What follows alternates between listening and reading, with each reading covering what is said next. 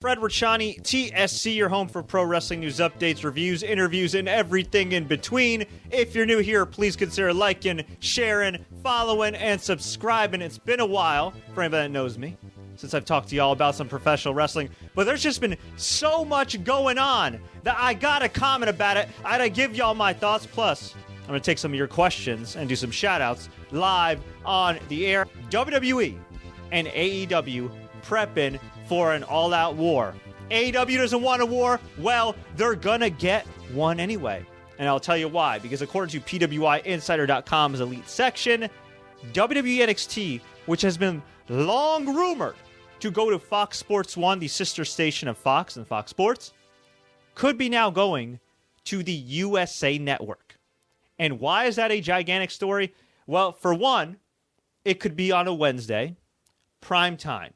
A new primetime wrestling show for WWE going into 2019, fall of 2019, 2020. That is a big deal alone.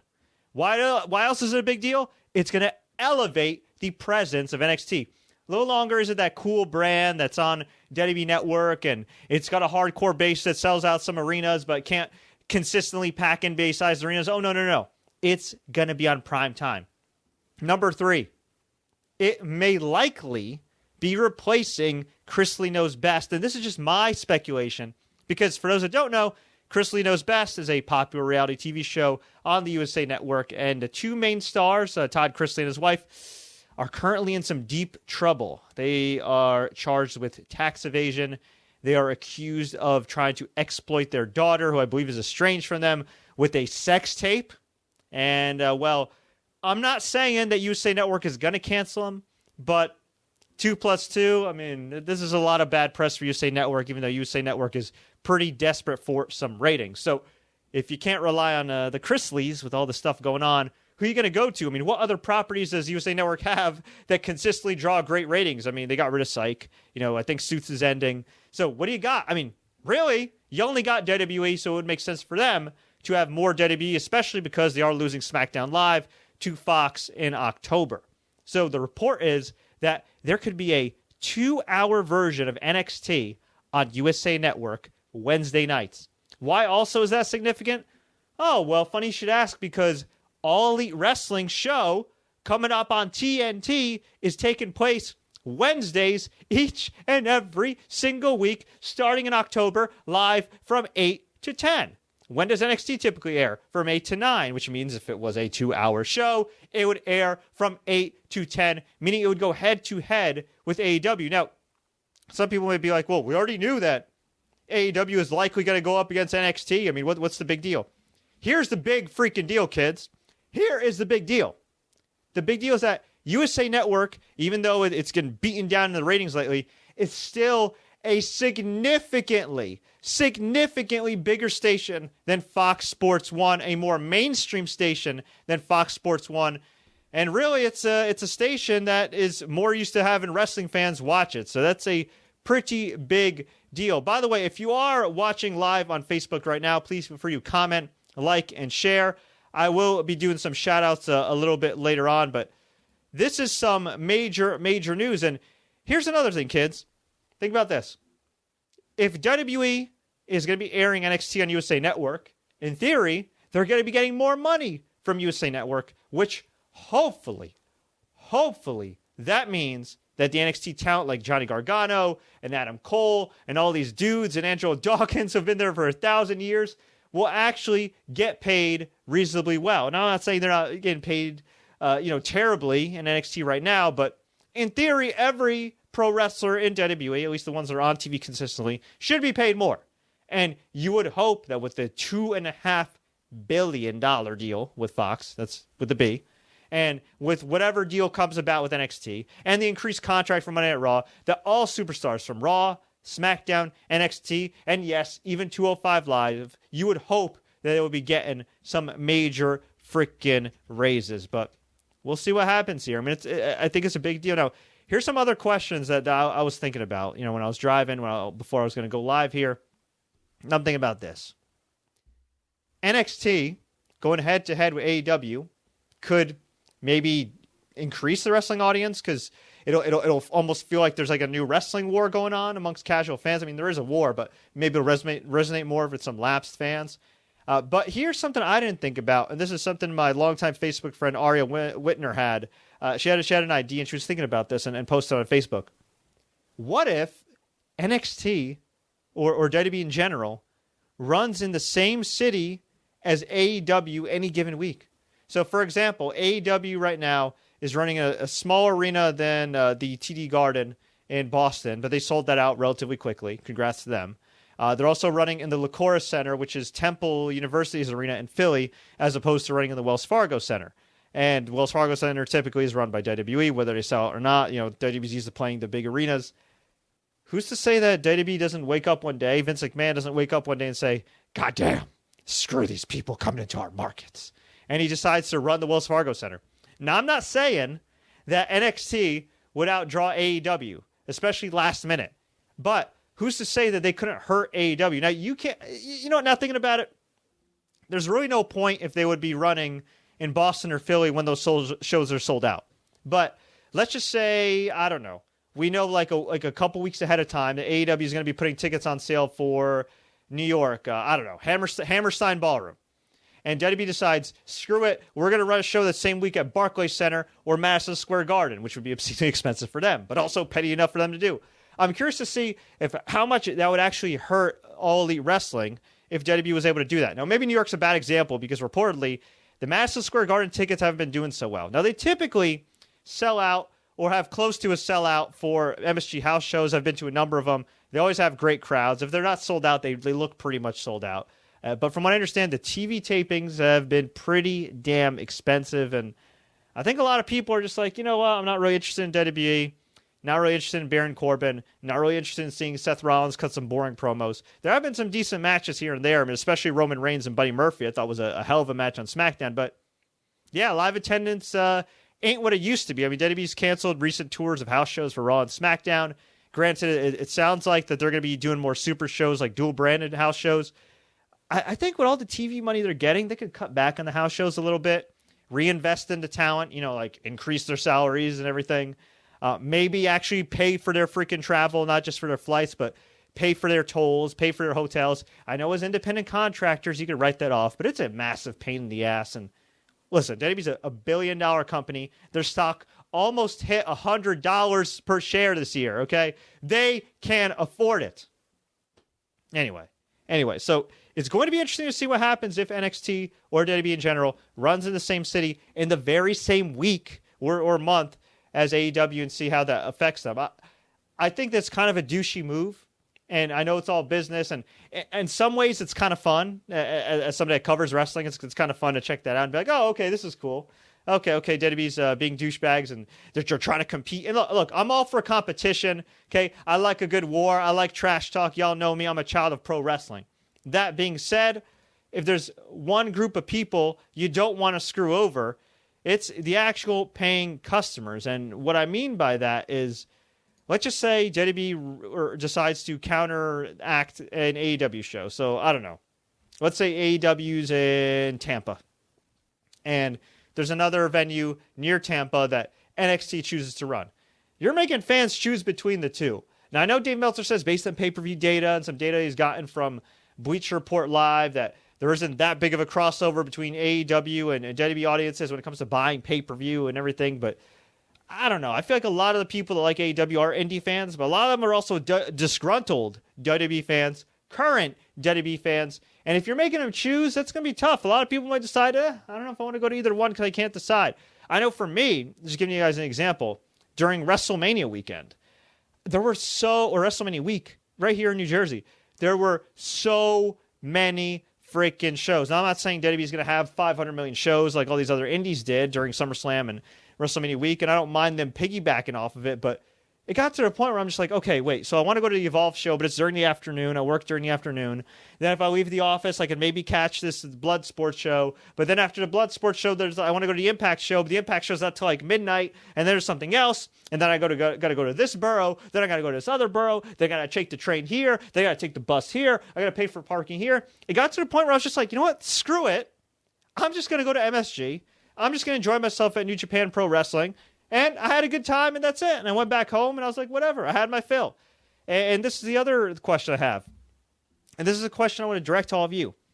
How much wrestling is too much wrestling?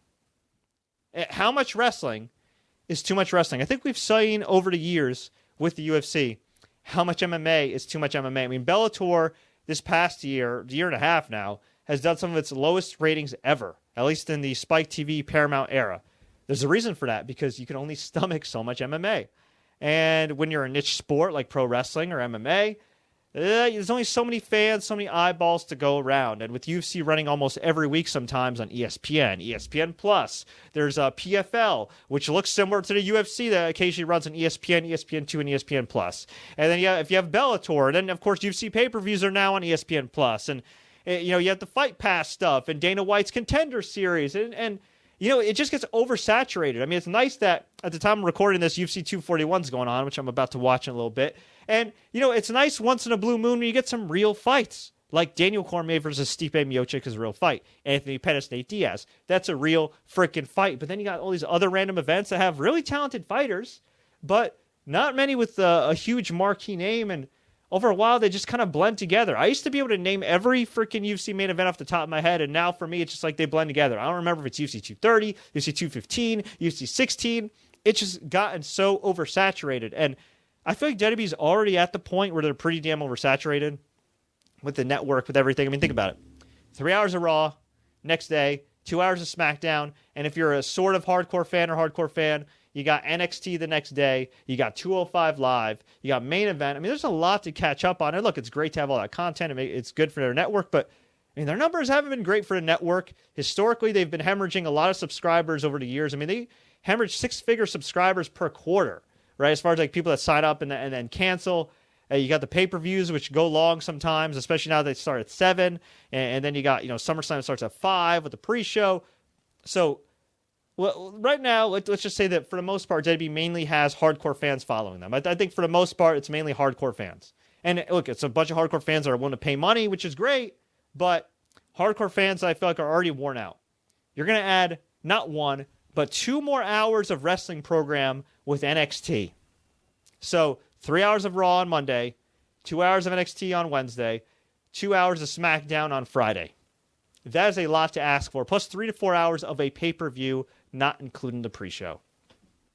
That is a hell of a lot to ask for any wrestling fan, let alone people like myself and like many of you watching that work full-time, that are full-time parents, that do their thing, that have families, that have other responsibilities. I think people are surprised here. Newsflash: adults have responsibilities, and it's tough to catch wrestling sometimes. And at the end of the day, time is of the essence. Time is money. Even if you can't get everybody to sign up for a network and pay with their money, you can get people to pay with their time. But there's only so much time people have in a day, and in some ways, this could negatively affect AEW. Now, AEW, I think, when it comes to pay-per-view, between All In, between Double or Nothing, between Fight for the Fallen and some of these other shows that they've had, I think overall from top to bottom, they've had better shows outside of their awful pre-shows. Jesus Christmas. Ugh. Outside of their awful pre-shows, as far as the actual pay-per-views, the portion that you pay for, I think top to bottom, they've been better than most recent WWE pay-per-views. I mean, there's been a few good pay-per-views here and there. Money in the Bank, I think, was relatively entertaining. I think TLC last year was really good. There were, and don't get me wrong, WWE does have some great matches, and NXT takeovers are usually really good. I think this past one was a little bit weaker than usual, but still a great show overall. But yeah, I mean, that's asking a lot of a wrestling fan. So let's even take away NXT for a second. Let's just focus on what people have been perceiving as the main shows. It's still 5 hours of programming with Raw and with SmackDown. Now, keep in mind, it's rumored that WWE's got to make this announcement on Monday. So by the time you guys listen to this, it may already be a done deal with NXT to USA Network. So if we're thinking about that, and you think about like, okay, so 5 hours at least of first-run programming for WWE. Then you factor in 2 hours of programming for AEW per week. That's like 7 hours right there. Factor in NXT, that's 9 hours. That is a whole lot to ask for. And you know what? This could also hurt other promotions. Because think about this. Let's just say I'm a hardcore fan.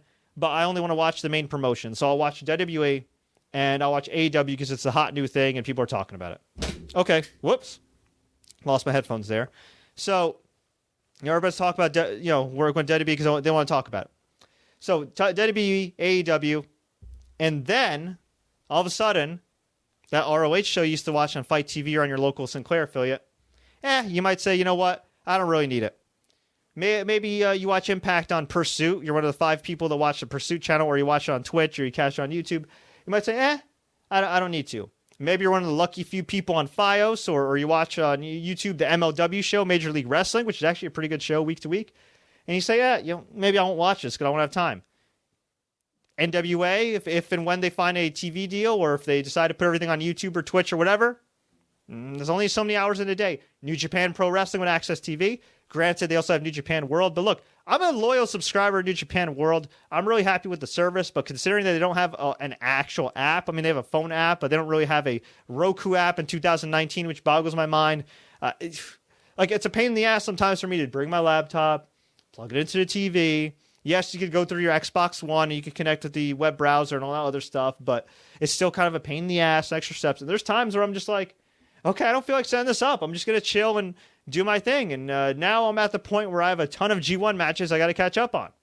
My point is, there are only so many hours in the day. So while it's exciting that, there's NXT on prime time and it's a great opportunity for the guys and girls there to raise their profiles, make more money, long term, look, AEW could help grow the wrestling audience with this war.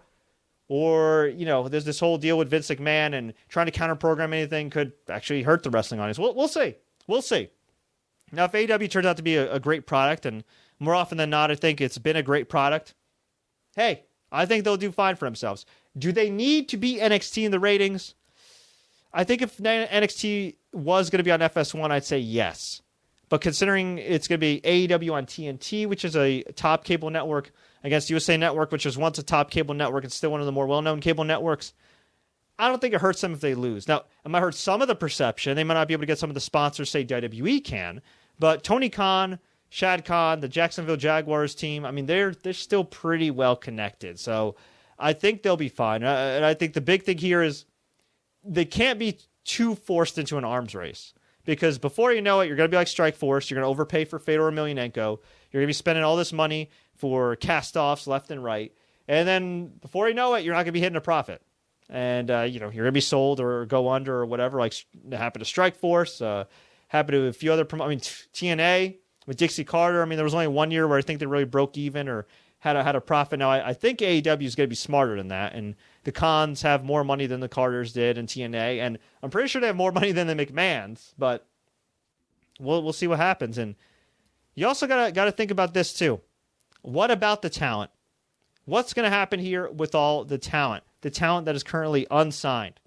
There's a lot of guys that I feel like WWE just signs and do nothing with. Keith Lee, great talent, huge athletic big man, fantastic worker, a little bit on the older side, but still fantastic worker. And they've done nothing with him for about a year. Donovan Dijak, he's been on TV. Donovan Dijakovic, whatever the hell his name is on NXT. Awesome talent, like Keith Lee. And he's younger than Keith Lee, but like Keith Lee, a big guy with phenomenal athleticism, have barely done anything with him. And I think he's actually been in NXT for almost 2 years now. It's freaking crazy. Freaking crazy. They've done nothing with this guy. Think about that. Keith Lee and Donovan Dijak should be on the main roster right now, just killing it with their matches, or at least on WWE main roster house shows. And instead, they're just kind of languishing in NXT right now. What's going to happen? Is WWE just going to keep scooping up people for the sake of putting them on ice? I feel like they're doing that with NXT UK, which not a lot of people watch, and they don't draw that well at NXT UK. I feel like they're doing that with 205 Live, which barely any people watch. It's crazy. It's crazy to think about. Another thing, and this is something that might sound a little paranoid. I know some people might disagree with me here. They might say, WWE's not that petty. They wouldn't be doing this. Well, I do genuinely believe that Vince McMahon will go to any length to hurt a competitor. And when it comes to AEW, especially in his advanced age, don't be surprised if Vince McMahon uses his good friend, Donald Trump, to have some chicanery, have some tomfoolery. What I mean by this is, this. Neville, a.k.a. Pac, was signed to compete for AEW. He was supposed to wrestle Hangman Adam Page. He wasn't able to wrestle Hangman Adam Page. And rumor has it was due to a creative issue because he was the Dragon Gate champion in Japan. And Dragon Gate didn't want him to lose in the U.S. and blah, blah, blah. And creative differences and all this stuff. I think that's kind of a front for what's really going on, which is visa issues. Now, Neville's an interesting case because he abruptly left WWE. He didn't leave on good terms, and he had a work visa through them. And because he had the work visa through them, it probably hurts his case to get another visa. But would I really put it past Vince McMahon or Linda McMahon to call their good friend Donald Trump or somebody connected to Donald Trump and say, you know what, hey, you know how we have this competitor and they have this visa they're waiting on for these Japanese wrestlers or these Mexican wrestlers? Yeah, you might want to delay that. Here's a couple $1 million for your campaign. I would not be surprised. I would not put that past Vince McMahon or Linda McMahon or any of the McMahons. I would not. I mean, seriously. Stranger things have happened in 2019 and the world in general and with this administration. I would not be surprised whatsoever. So if you're Tony Khan, if you're Cody Rhodes, if you're the Bucks, if you're Kenny Omega, y'all got to be prepared. Y'all got to be prepared for just about anything. I remember seeing Kenny Omega complain about the fact that WWE put Evolve on the WWE Network, going head-to-head with Fight for the Fallen, and he thought it was classist because Fight for the Fallen's raising money for gun violence victims. And look, I'm with you, Kenny. It was a douche move. But at the end of the freaking day, that's who Vince McMahon is. He does not give a crap. He only cares about the almighty dollar, the bloody dollar, and being on top. He does not give a damn. It doesn't matter how much money he has. It doesn't matter that he's had a stranglehold on this industry for the better part of 3 decades. It does not matter. He will not stop until he freaking wins. So, look, AEW, good luck. Keep doing what you're doing, but just be careful when it comes to falling into these traps. And hey, if I'm them, originally I was a little apprehensive about them calling out WWE and dissing WWE, but you know what? Clearly the base is eating it up. Clearly the base that's selling out these arenas for them is eating it up. So keep it going, but just know that when you keep baiting Vince McMahon like that, at times, it comes at a price. Now, as for the XFL, well, that's going to be interesting because in 2020, the XFL restarts, and that was my cat making some noise there. Way to go, Chippy. So the XFL is restarting in 2020, and it's going to be interesting to see if Vince McMahon is really going to give up any control in WWE. Now, he hired Paul Heyman as executive director for Raw, and it seems like there's some Heyman influence on Raw, for better or worse. And I think for the most part, it's been a little more interesting, but also kind of cringe with some of the Roman Reigns stuff. Then you have SmackDown, where Vince McMahon has reportedly been rewriting shows left and right, while Eric Bischoff was supposed to have creative control. So much for that. And with NXT, 2 hours on primetime and USA Network, if that does indeed happen, is Vince McMahon going to allow Triple H to continue running that show, or is he going to take charge? And what the hell's going to happen to the XFL? It's Vince McMahon. I know he hired Oliver Luck as the commissioner to run and do all the football operations, but knowing Vince McMahon, he's going to want to get involved, especially if ratings aren't good. So, yeah, we could definitely see some changing of the guard in the next couple of years. Just something for all of y'all to think about. Before we go, I want to definitely answer some questions here and take some shout-outs. Fred, what do you think about NXT UK TakeOver taking place the same night as All Out on August 31st? I think it's kind of silly on WWE's part to have NXT UK TakeOver on the same night because the reality is it's actually taking place a few hours earlier. It's NXT TakeOver UK. I don't think there's much of a crossover. The reality is not a lot of people watch NXT UK. Let's just keep it real.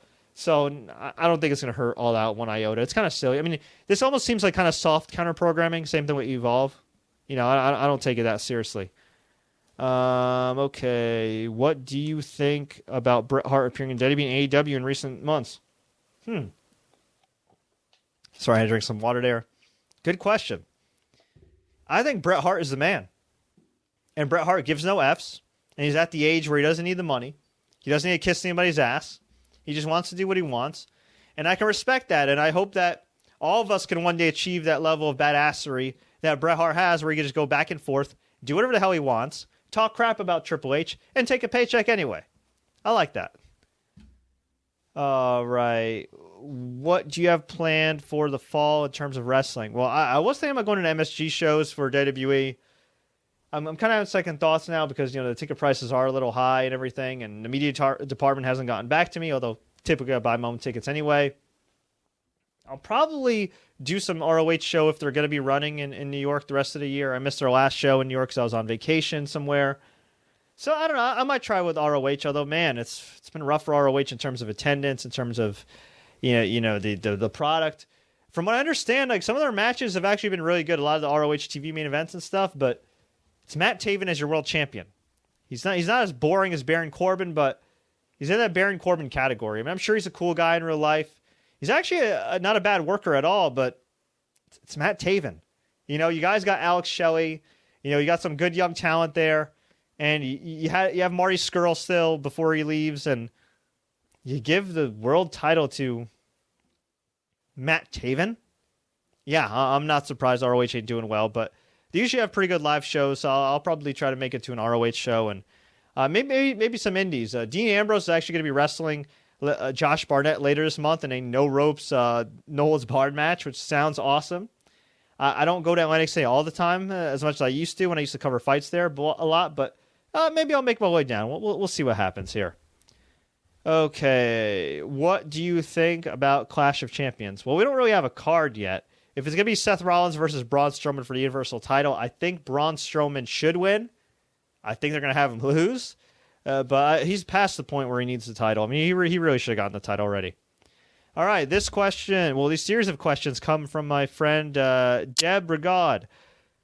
What do you think? When do you think Nia Jax is coming back? Probably not till next year because she tore not one but 2 ACLs. That's going to take a while. She should take her time. Do you predict Sasha Banks getting the gold? She should, yeah. If somebody's going to dethrone Becky Lynch since WrestleMania, it should be Sasha Banks. Hopefully, Sasha Banks will actually have a successful title defense. That's what I really care about. Do you believe Shawn Michaels knew about the Montreal Screwjob? Yeah, he did. He actually admitted it on WWE Confidential back in 2002. And he talked openly about it on a DVD program with Bret Hart where Jim Ross was actually in the middle holding court with them. I think it was like 2008, 2009. It came out a while back, but it was one of the best DVDs WWE ever did. You could probably find it online, and it might even be on the network.